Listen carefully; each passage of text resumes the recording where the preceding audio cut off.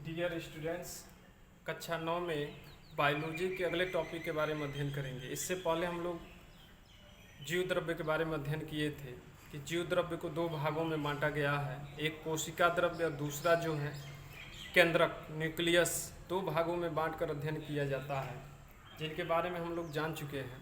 फिर बताए थे आप लोगों को कि जो कोशिका द्रव्य है साइटोप्लाज्म, इसको तीन भागों में बांटा गया। एक तो पहला भाग है कोशिका कला, दूसरा जो भाग था वो है कोशिकांग, और तीसरा है निर्जीव पदार्थ जिसमें कार्बोहाइड्रेट, प्रोटीन, वसा, इनके बारे में अध्ययन करना था।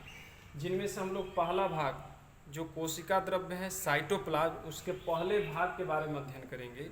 तो पहला जो भाग हम बताए थे, पहला भाग जो हम आप लोग को बताए थे वो था कोशिका कला, जिसको हम प्लाज्मा मेम्ब्रेन कहते हैं। ठीक है, चलिए आज हम प्लाज्मा मेम्ब्रेन के संरचना के बारे में जानेंगे, इनके कार्य के बारे में जानेंगे कि इनकी संरचना कैसी होती है, इनका कौन कौन सा कार्य होता है। तो आप लोग को इससे पहले भी बताए होंगे कि जो प्लांट सेल होता है, पादप कोशिका होती है, पादप कोशिका के सबसे बाहर की ओर एक लेयर पाया जाता है जो कठोर होती है, मजबूत होती है, जिसे सेल वाल कहते हैं। लेकिन सेल वाल के बाद एक और झिल्ली होती है, एक और आवरण होता है जिसे हम कोशिका कला कहते हैं। इसी कोशिका कला, इसी लेयर के बारे में अध्ययन करेंगे, इसी कोशिका कला की संरचना के बारे में अध्ययन करेंगे।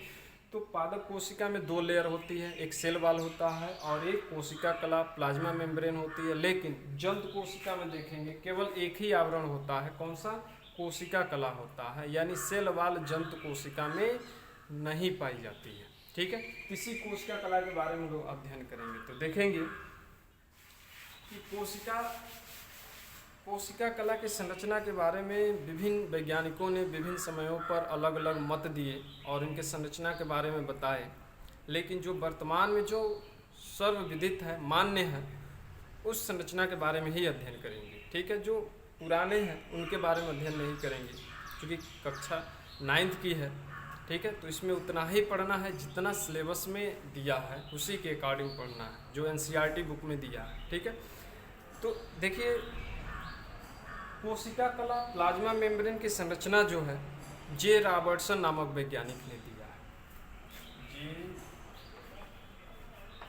रॉबर्टसन कोशिका कला की संरचना के बारे में, ठीक है, जो वर्तमान में मान्य है। ठीक है, जे रॉबर्टसन नामक वैज्ञानिक ने इस संरचना के बारे में प्रस्तुत किया। उन्होंने एक मॉडल के रूप में प्रस्तुत किया और उसे यूनिट मेम्ब्रेन मॉडल के रूप में कहा। इसे क्या कहा? Unit membrane model. ठीक है, यूनिट मेम्ब्रेन मॉडल कहा। ठीक है, चलिए देखिए इसके संरचना के बारे में जान लिया जाए।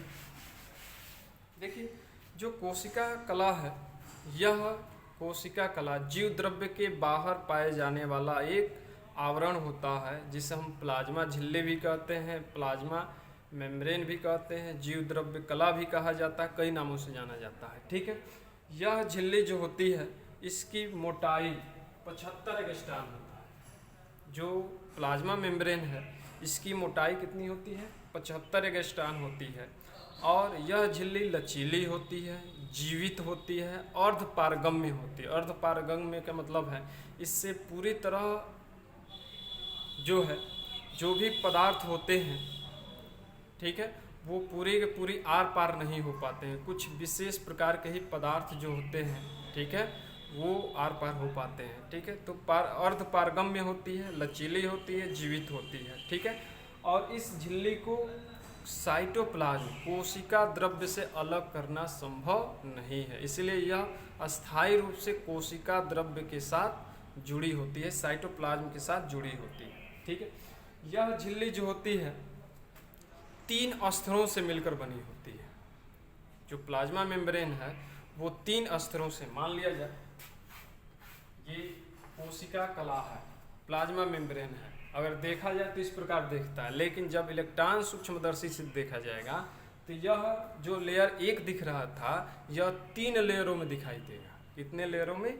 3 लेयरों में दिखाई देगा, 3 स्तरों में बटा हुआ दिखाई देगा। इस प्रकार तीन स्तरों में इस प्रकार बटा हुआ दिखाई देता है, उसी को यहाँ पर हम फिगर ड्रा किए हैं। देखेंगे कि तीन लेयरों में जो बाहरी लेयर है, ये लेयर या इसको ये कहें, ये वाला लेयर और ये वाला लेयर, जो बाहर की ओर ये लेयर है, ठीक है, यहाँ से यहाँ तक, यहाँ तक देखेंगे ये बाहर का जो लेयर है यह प्रोटीन से मिलकर बनी होती है और इसकी मोटाई जो होती है 15 एंगस्ट्रॉम होती है। नीचे वाला लेयर भी देखेंगे, नीचे वाला लेयर जो है ये भी प्रोटीन से मिलकर बनी होती है और इसकी भी मोटाई कितनी होती है, 15 एंगस्ट्रॉम होती है।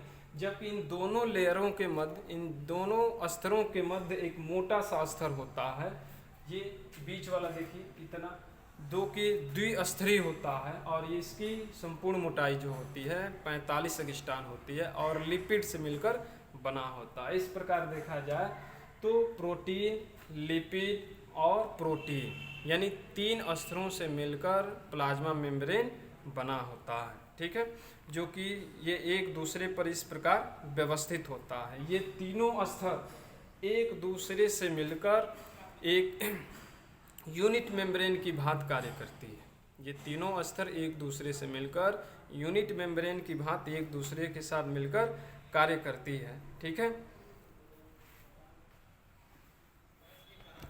हाँ, देखेंगे कि जो ये प्लाज्मा मेम्ब्रेन है, यह प्लाज्मा मेम्ब्रेन साइटोप्लाज्म के चारों ओर पाई जाती है। इसके अलावा जो विभिन्न प्रकार के कोशिकांग होते हैं, जैसे प्लास्टिड है, लवक है, माइटोकांडिया है, ईआर है, इंडोप्लाज्मिक रेटिकुलम है, गाल्जी बॉडीज है, ठीक है, इनके चारों ओर भी झिल्लियाँ पाई जाती हैं और ये झिल्लियाँ जो होती हैं यूनिट मेम्ब्रेन से ही मिलकर बनी होती है, या ये कहें कि प्लाज्मा मेम्ब्रेन से ही मिलकर बनी होती है। इस प्रकार इन कोशिकांगों को चारों ओर से कवरिंग करने का कार्य भी यही प्लाज्मा मेम्ब्रेन ही करता है, ठीक है। देखेंगे कि जो प्लाज्मा मेम्ब्रेन है इनमें प्रोटीन के अणु जगह जगह व्यवस्थित होते हैं। देखेंगे बाहर की ओर भी प्रोटीन के अणु व्यवस्थित होते हैं, इसे हम परिधि प्रोटीन कहते हैं।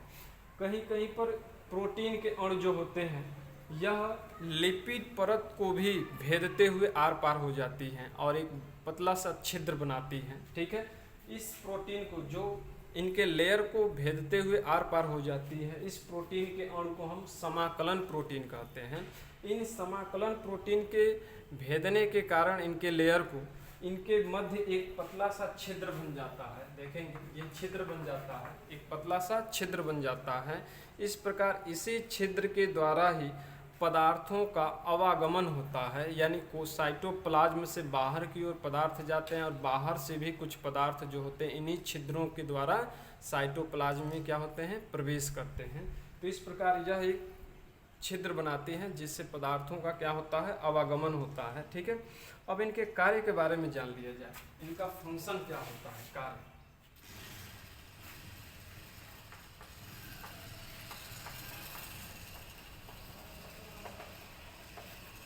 कोशिका कला का कार्य क्या होता है, तो देखेंगे कोशिका कला जो है यह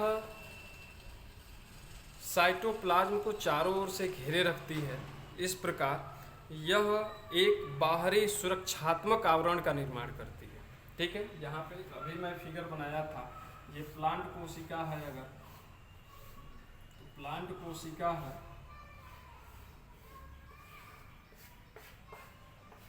ये प्लांट कोशिका है, तो इसमें तो कोशिका भी पाई ही जाती है। खैर कोशिका भी सुरक्षात्मक आवरण बनाती है, लेकिन उसके बाद भी जो लेयर पाया जाता है जिसे हम प्लाज्मा मेम्ब्रेन कहते हैं, वो भी सुरक्षात्मक आवरण बनाती है।